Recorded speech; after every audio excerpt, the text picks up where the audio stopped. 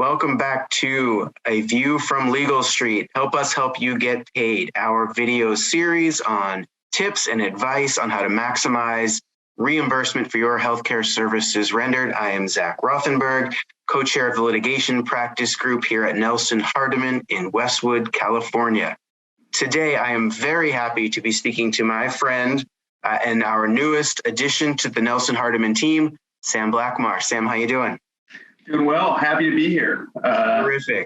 Terrific. Let's start with a little background.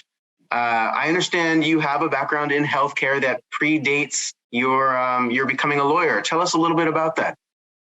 Yeah, prior to and during law school, I worked for a third-party revenue cycle management company. Terrific. So tell me a little bit about how you think about your role as a lawyer in the world of healthcare. Access to care depends on kind of an efficient relationship between payers and providers. And I see myself as somebody that can increase consumers and everyday Americans' access to healthcare by supporting stakeholders in kind of the healthcare environment.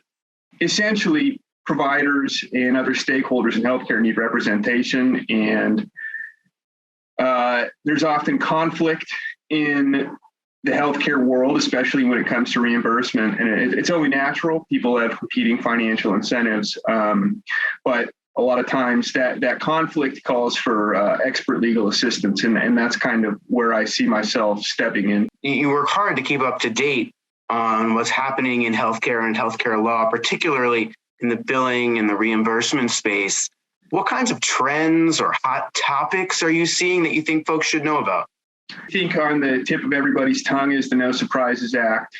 That is the new, basically, balanced billing law that was enacted by Congress and it, in large part, goes into effect this year, although some of the disclosure requirements are being phased in. It will be very interesting to see how that impacts not just providers to whom the law directly applies, that being kind of the emergency room, anesthesiologist, provider world, but also to other providers, because there should be some downstream effects.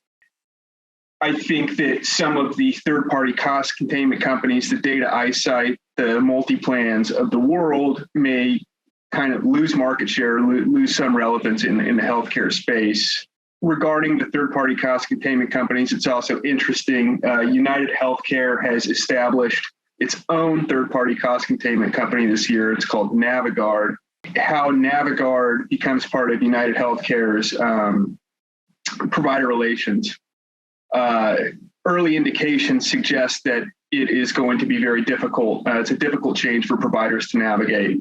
I would say the next really relevant thing that I've been seeing, and I've seen in the hospital space as well as in the behavioral health space, is exchange plans. The California Health Insurance Exchange covered California, ensures that Californians have access to different types of plans. The primary payers who offer those plans on the California Exchange are Centene, aka HealthNet, and Anthem. We've seen movement on both fronts.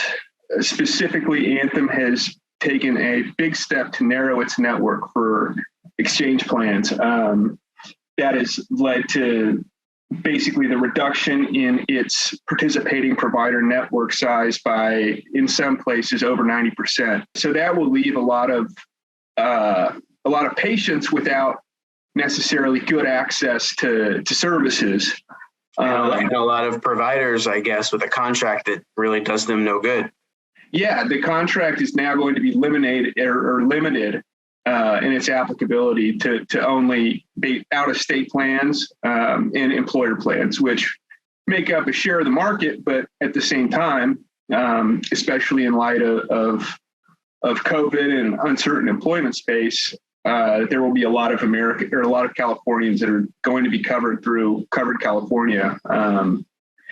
And it will be interesting to see what Anthem will do when the beds are full. I'm curious to see whether they will be accepting of single case agreements or letters of agreement with providers.